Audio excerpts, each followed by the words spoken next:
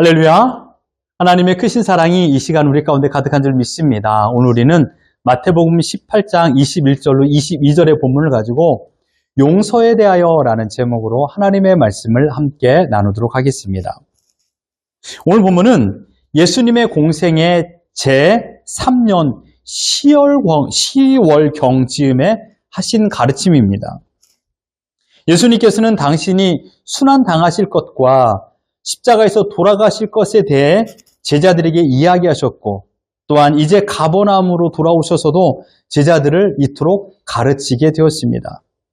이제 머지않아 주님은 오늘 본문을 가르쳤던 갈릴리를 떠나시는데, 이제는 십자가를 못 박히시는 그 시간까지 더 이상 갈릴리에 오지 않으십니다. 지금 이제 예수님께서 갈릴리를 떠나서 예수님은 다시금 갈릴리에 오시지 않습니다. 오늘의 이야기는 주님이 갈릴리에서 조용히 제자들을 가르치는 사역의 마지막 이야기입니다. 이제부터 주님은 갈릴리를 떠나서 유대로 올라가십니다. 19장 1절 같이 한번 읽어봅니다. 시작!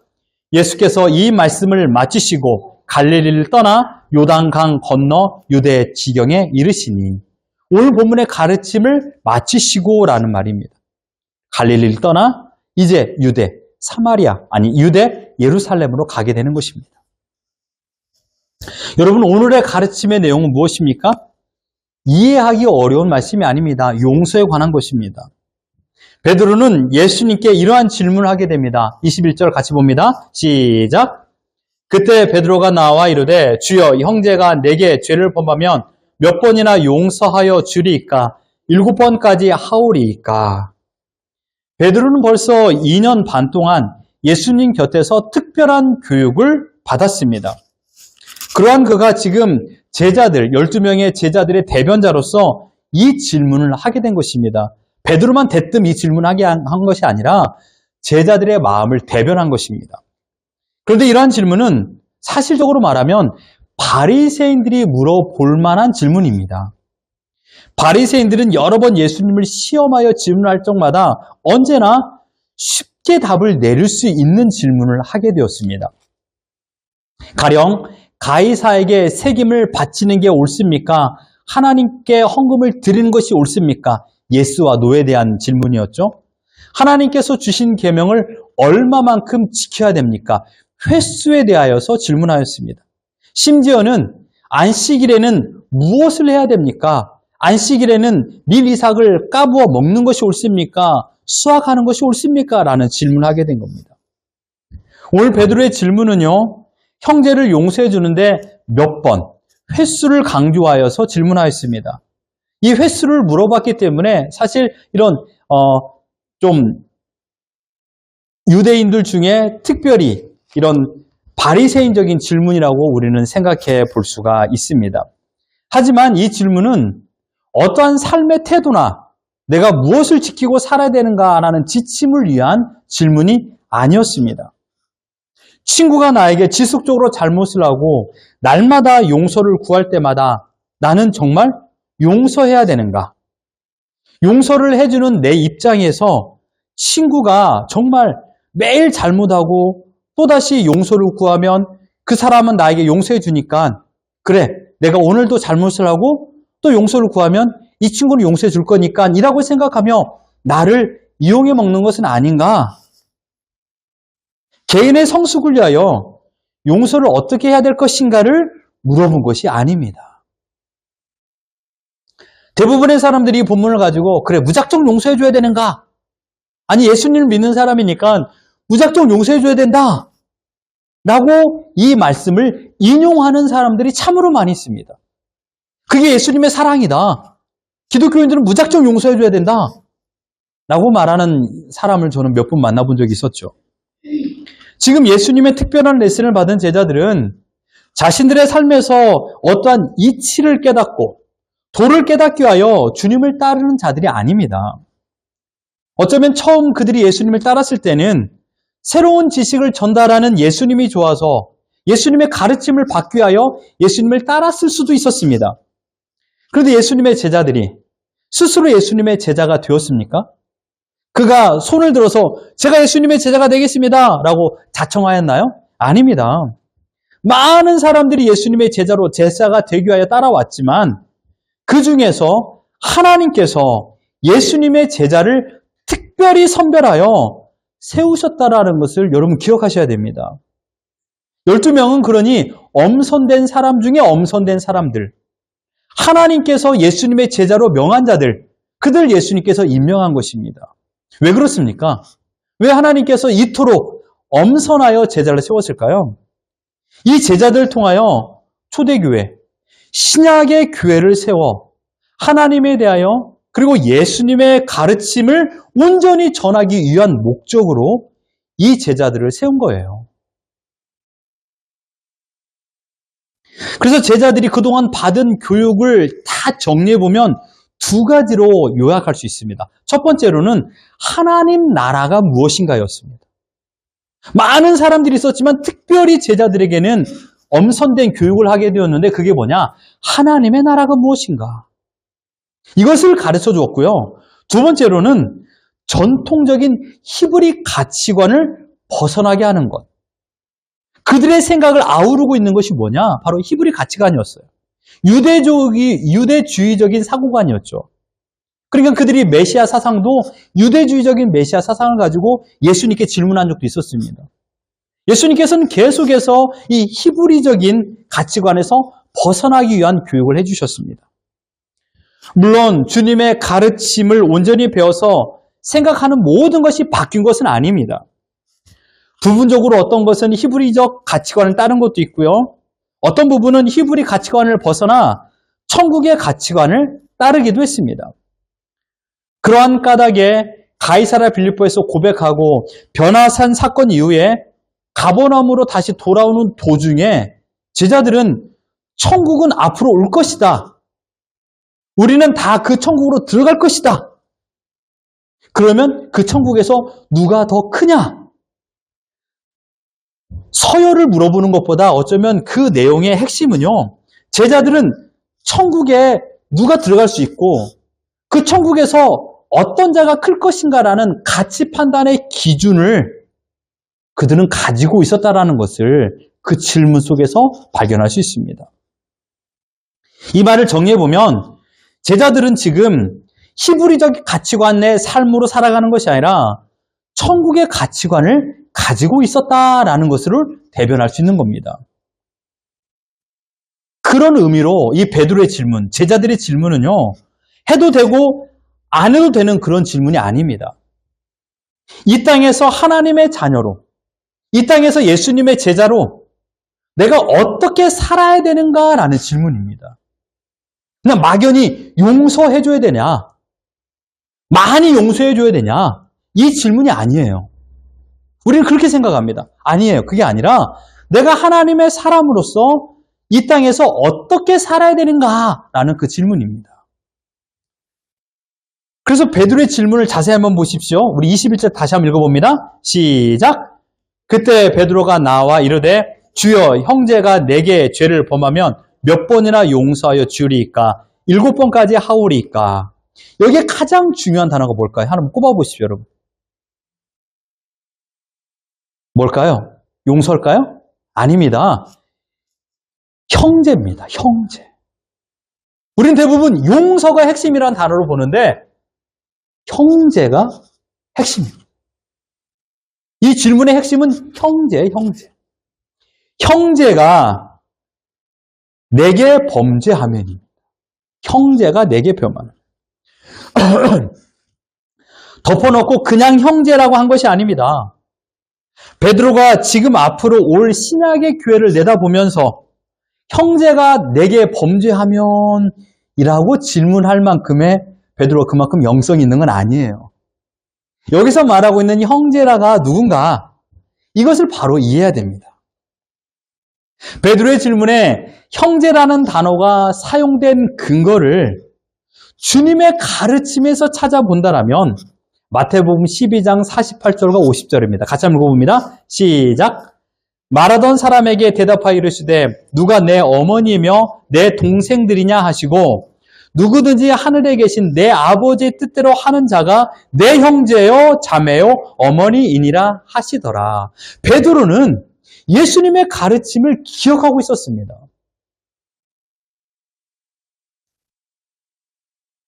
누가 네 형제요, 네 자매며 네 모친이냐? 누구든지 오늘 본문에 말한 것처럼 내 아버지의 뜻, 하늘에 계신 내 아버지의 뜻대로 행하는 자가 바로 너의 형제다.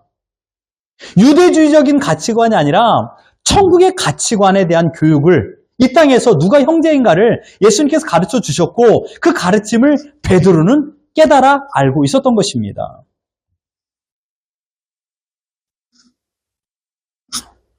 그런 의미에서 제자들은 누구든지 하늘에 계신 아버지의 뜻대로 행하는 자가 형제다라는 의미에서 하나님의 말씀을 아는 사람들, 즉 유대주의 사람들 가운데, 유대 사람들 가운데 하나님의 뜻대로 살겠더라고 다짐하는 사람들, 또한 그 말씀대로 순종하여 살겠노라고 하는 사람들이 다 형제라는 것입니다.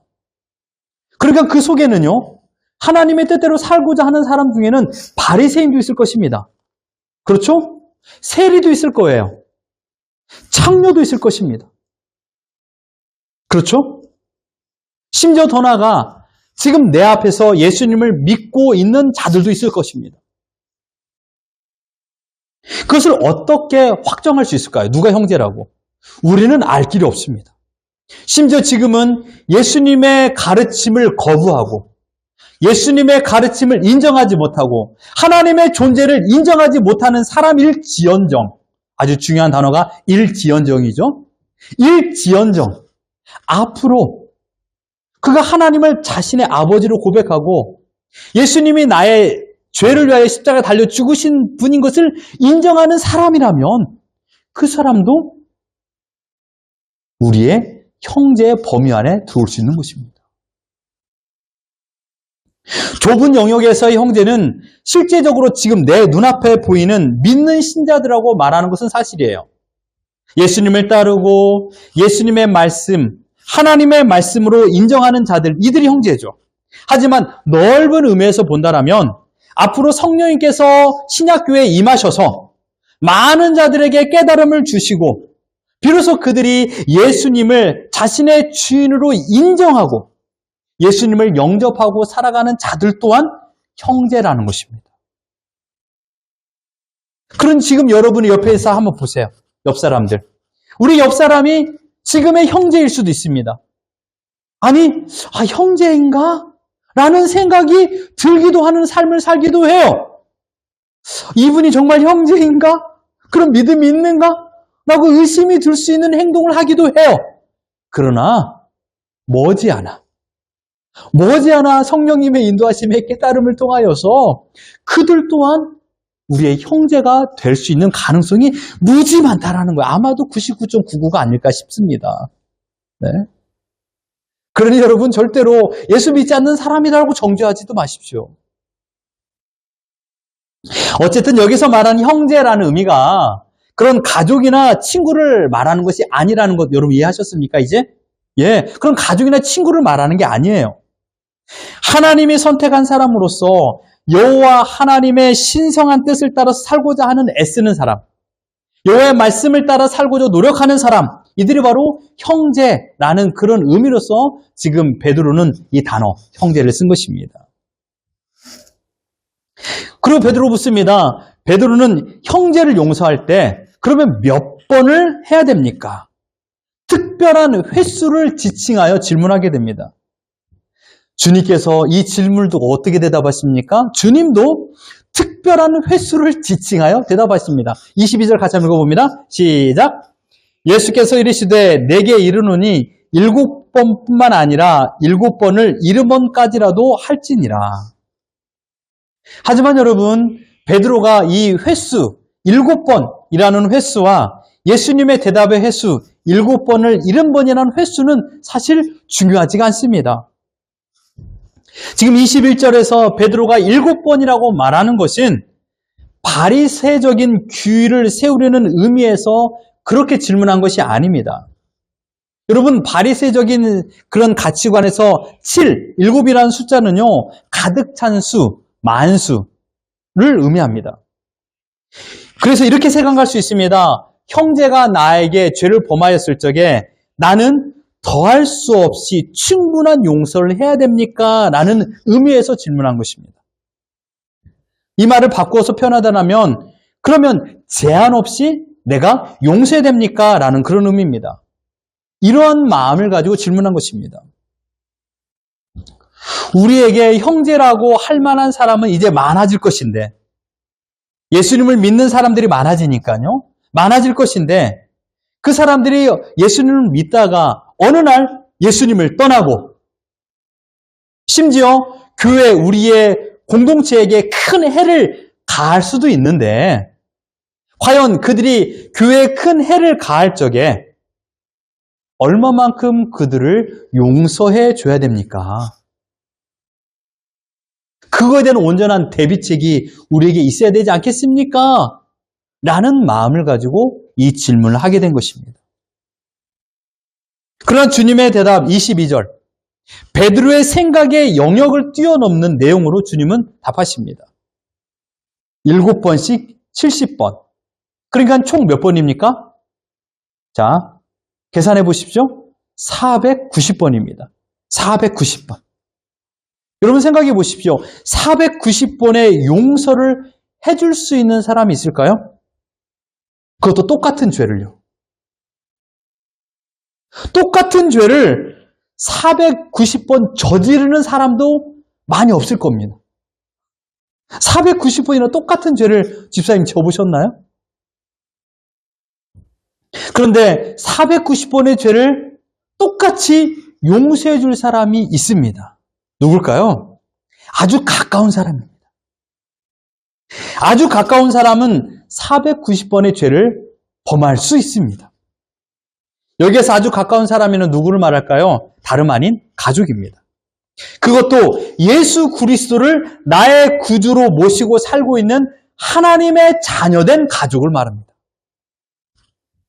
490번이라는 횟수는 주님께서 490번만 용서하고 그 다음 491번째는 그동안 마음에 쌓아놓았던 모든 울분과 화를 토해내라.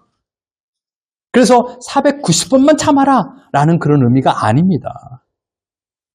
무제한적이고 무한한 용서를 네 앞에 있는 너의 가족, 그것도 하나님을 믿는 우리의 형제들에게 용서해 주라라고 말하고 있습니다. 근데 여러분, 용서라는 개념을 다시 한번 생각해 보십시오. 대부분 용서하는 사람과 용서를 구하는 사람이라고 생각합니다. 용서를 하는 사람, 용서를 구하는 사람. 다른 말로 하면 잘못을 범한 사람, 그 잘못을 용납해 주는 사람이라고 말할 수 있겠지요. 어떠한 잘못을 했기 때문에 용서를 구합니다. 그런데 여러분, 그 잘못을 판단할 수 있는 기준은 무엇입니까? 잘 생각해 보십시오. 상대방의 잘못을 인정할 수 있는 그 판단의 기준은 무엇이에요? 어떠한 법치국가 속에서는 법이 있습니다. 그래서 법을 어기면 그 사람에게는 죄를 묻습니다. 가령 시속 60km를 달려야 되는 곳에 10km를 오버하여 70km를 달리면 이제 페널티가 나옵니다. 그것은 잘못이 되었기 때문입니다. 법을 어겼기 때문인 것이죠.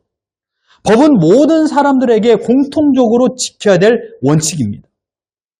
학교나 직장에서는 정한 시간에 학교를 가야 되고 등교를 해야 되고 또한 학교에 직장에 출근을 해야 됩니다. 이것이 원칙이에요.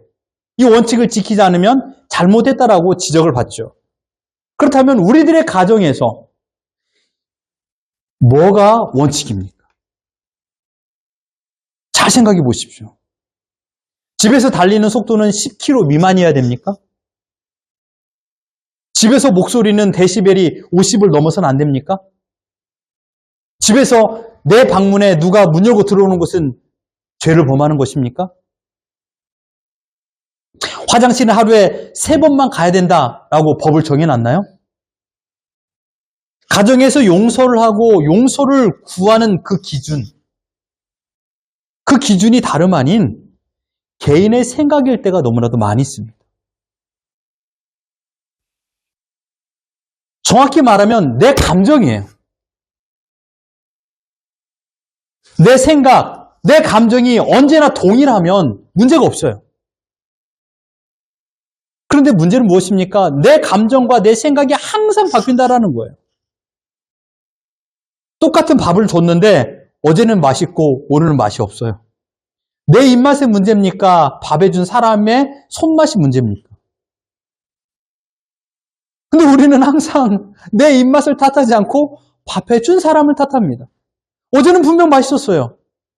근데 오늘은 맛이 없는 거예요. 어제와 오늘의 생각, 그 감정이 바뀌기 때문에 잘못의 영역에 딱 걸리게 됩니다. 그래서 용서를 구하는 상황에 이르게 됩니다.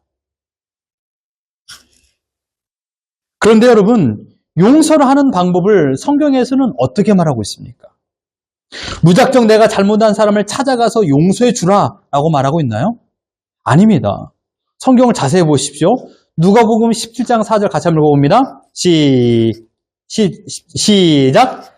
만일 하루에 7번이라도 내게 죄를 짓고 7번 내게 돌아와 내가 회개하노라 하거든 너는 용서하라 하시더라. 이 말씀 이해되시나요? 아버지가, 어머니가 아들과 딸을 찾아가 그래 내가 너 용서해 줄게 이 말이 아니라 아들과 딸이 잘못을 먼저 깨닫고 회개하고 엄마 아빠 앞에 와서 아빠 내가 이거 잘못했어 엄마 내가 이거 잘못했어 이것을 하루에 7번 한다 할지라도 똑같은 죄를 범한다 할지라도 그것을 용서해 주라고 말하고 있는 거예요. 여보 내가 이런 부분을 이렇게 잘못했어 먼저 고백할 적에 그 사람에게는 용서해 주라는 거예요. 먼저 찾아가 용서가 아니에요. 무작정의 용서가 아니라 먼저 죄를 깨닫고 내가 이러이러한 부분을 잘못한 것을 알고 고백할 적이에요. 용서의 첫 번째 원칙은 자신의 잘못을 깨닫는 사람. 자신의 잘못을 깨닫는 사람. 결국 자신의 잘못으로 상대방에게 아픔을 주거나 어려움을 주었다는 것을 깨닫는 사람. 그리고 그 잘못한 것을 알고 찾아와 잘못을 구하는 태도. 여러분 살아가면서 정말 나의 잘못을 깨닫고 내가 아픔을 주었던 그 사람에게 이 잘못을 구하는 그런 횟수가 얼마큼 됩니까? 여보, 내가 정말 잘못했어. 내가 이렇게 해서 여보의 마음을 아픈 걸 미안해.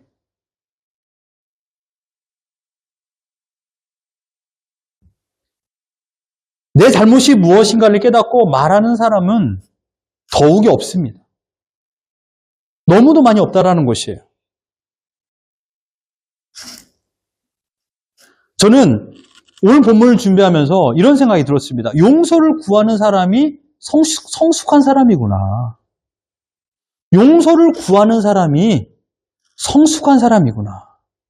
아, 내가 잘못을 깨닫고 내 남편과 내 아내와 엄마와 아빠와 내 자녀들에게 아픔을 주었던 것을 깨닫는 사람이 성숙한 사람이라는 거예요. 옆 사람에 물어보십시오. 나는 성숙한 사람입니까? 시작. 당신은 성숙한, 이거 말고, 나는 성숙한 사람입니까? 예? 정말 나는 성숙한 사람입니까? 라고 물어보십시오.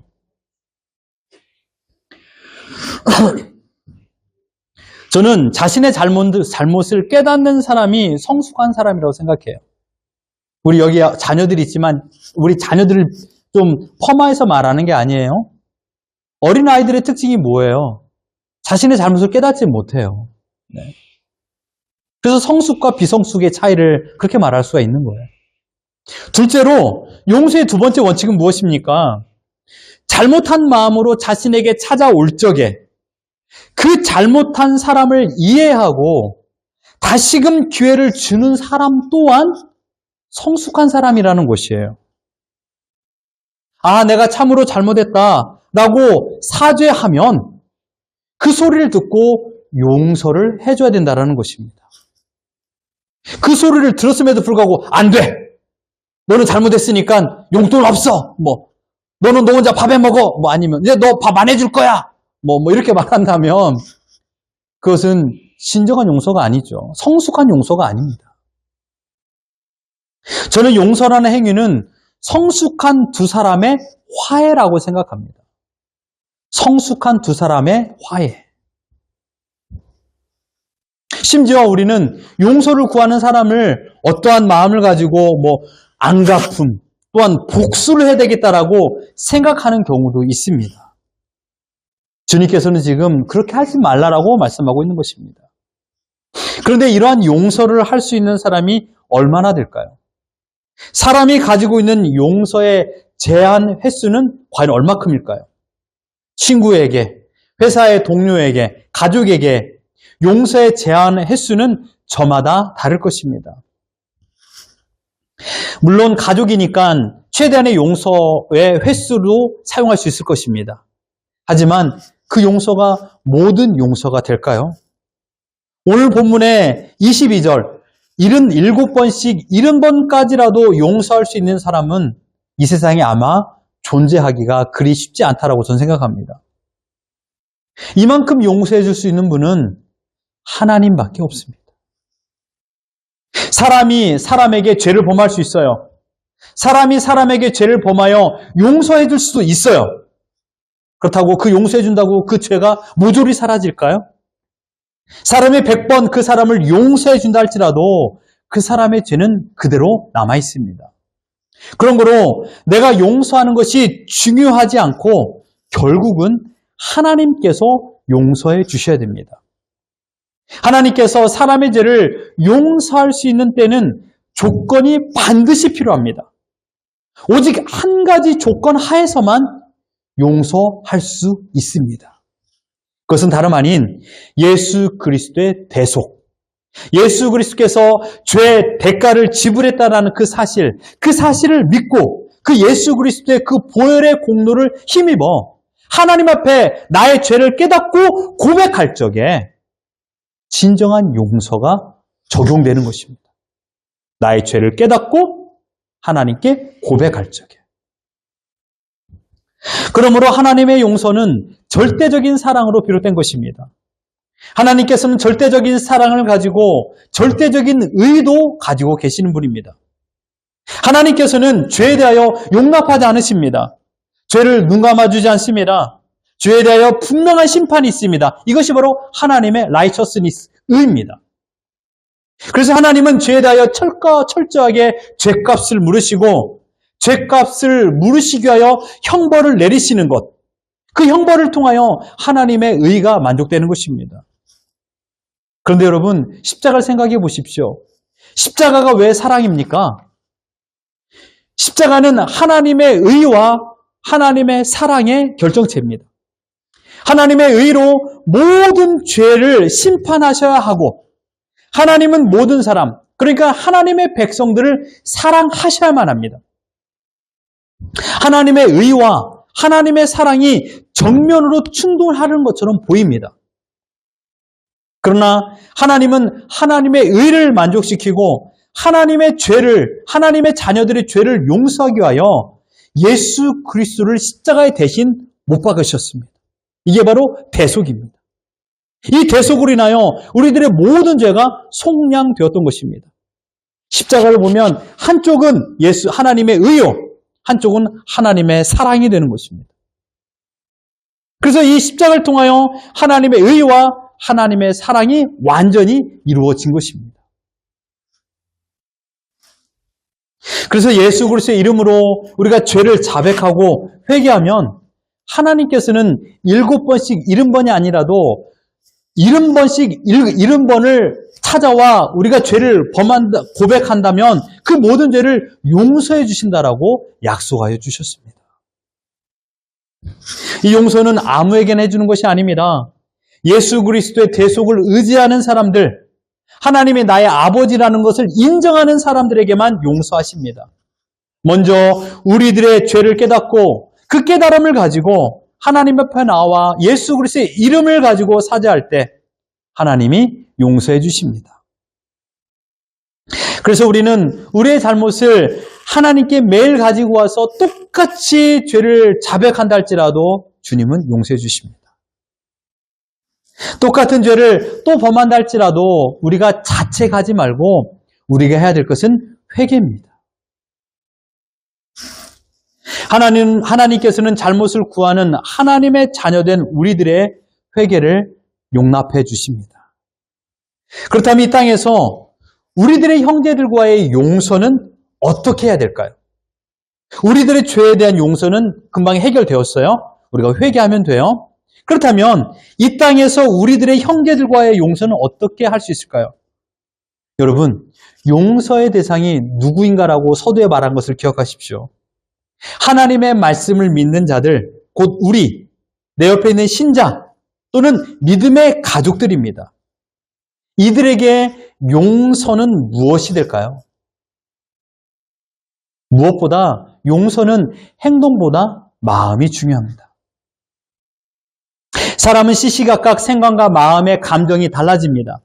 결국 내 자신이 최고 심판이 기준이라고 말하기 어렵습니다. 나에게 잘못을 구하는 가족이 있다라면, 자신의 잘못을 깨닫고 고백하는 사가 있다라면 그 사람의 잘못에 대한 대가를 지불하게 하지 마시고 용서를 하는 것입니다. 마음으로요. 만약 그 사람의 잘못에 대한 대가를 내가 지불하기 위하여서 복수, 보복, 안갚음으로 하려고 한다면 그 복수와 보복과 안갚음은 또 다른 죄를 낳게 됩니다. 보복은 또 다른 보복이라는 죄의 씨를 뿌리게 됩니다. 용서가 죄에 대하여 자유를 주는 것만, 내가 다시금 보복하겠다라고 하면 그 용서는 또 다른 죄를 양산하는 것입니다. 용서는 그러므로 회복을 위한 거룩한 씨를 뿌리는 것입니다. 거룩을 위하여, 회복을 위하여 뿌리는 기회의 씨가 바로 용서입니다. 우리 부부와의 관계 회복, 우리 자녀와의 관계 회복을 위한 기회의 씨, 이것이 용서예요. 용서해주지 않고 마음을 닫는 것은 그게 바로 보복이에요. 그게 바로 안갚음이에요. 뭐 밥을 안 해주거나 빨래를 안 해주거나 돈을 안 주거나 이게 보복이 아니에요. 회복을 내가 허락하지 않는 것. 당신과 나의 관계가 더욱더 좋아지기 위하여서 내가 노력하는 것을 끊어버리는 것. 이게 보복이에요. 말을 들어주지 않아요. 행! 하고 문을 꽝 닫고 이게 보복이에요. 보복이 다른 게 아니에요. 총을 들고 칼을 들고 이렇게 공격하는 거. 이게 보복이 아니에요. 기회를 닫는 것. 회복의 기회를 닫는 것. 이게 바로 안갚음이에요. 우리 자녀들이 그냥 매일 그 얼굴이 화가 있어요. 그런데 말하면 그 화에 엄마 아빠가 그래 알았다 하게 아니라 너가 정말 너의 죄를 알려느냐 하면서 큰 소리 확 치는 이런 경우. 제가 큰 소리 치고 싶은데 지금 녹음될까 봐 너가 그걸 알아 이런 거 할 때 저리 가 이런 거. 아이는 정말 성숙하여서 용기를 내서 잘못을 구하고 있는데 그 순간 옳거니 잘 됐구나 하고 보복을 하는 거예요. 화를 내는 거예요. 내 감정 때문에.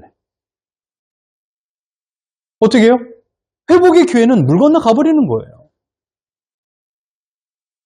용서는 그러므로 회복을 위한 기회의 씨예요. 그러한 까닭에 예수님께서는 베드로에게 가르치신 것입니다. 베드로야, 내가 그렇게 물었지만 너는 그런 생각을 하지 말아라. 비록 너가 보복할 수 있는 위치에 있다 하더라도, 그것을 여러분의 삶으로 돌이켜 보십시오. 보복할 수 있는 위치에 있다 하더라도 너는 그 보복을 통하여 너의 마음을 다 해결할 수 없다.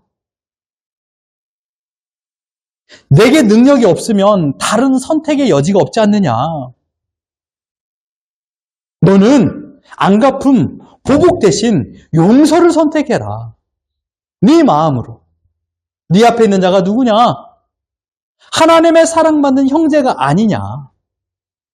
그에게 다시 한번 회복을 위한 기회를 줘라 라고 가르치신 것입니다. 꾹 참고 그냥 벙어리처럼 꿍꿍거리며 그냥 꿀먹은 벙어리처럼 가만히 있는 것이 용서가 아니다. 너는 충분히 보복도 할 수 있고 용서도 할 수 있는데 너는 무엇을 선택할 거냐? 안갚음이 아니라 용서를 선택해라. 하나님의 사랑받는 성도 여러분, 오늘 우리는 아주 중요한 용서라는 개념, 또한 어려운 용서라는 이 질문에 대한 공부를 배웠습니다. 무엇보다 용서를 구할 수 있는 자세가 필요합니다. 내 잘못으로 인정하는 것, 이것이 우리에게 매우 중요합니다. 이것은 성숙해야만 가능합니다. 용서를 구하는 상황이 아니 오면 참 좋겠지만, 그러나 잘못을 하는 경우가 얼마나 많이 있습니까? 그럴 때마다 여러분 자신을 돌이켜 보십시오. 두 번째는요, 용서를 구할 때 어떻게 해야 됩니까? 내 앞에 있는 사람이 누구인가를 생각해 보십시오. 하나님의 사랑받는 자녀입니다. 곧 우리의 형제입니다. 그 형제를 사랑하는 것이 우리의 사명입니다. 용서는 그 사랑의 마지막 실천입니다. 그리고 또 다른 시작을 알리는 신호입니다. 그 받은 용서의 사랑을 이제 우리들의 가정에서, 하나님께서 허락하신 용서의 사랑을 우리들의 가정에서 신자들에게 실천하십시오. 그리고 아직도 믿지 않는 직장의 동료들도, 그들에게도 사랑의 용서를 행하시길 바랍니다. 왜냐하면 언젠가는 예수님을 믿을 수 있기 때문입니다. 힘이 없어서 두고 보자는 식으로 분노의 마일리지를 쌓지 마십시오.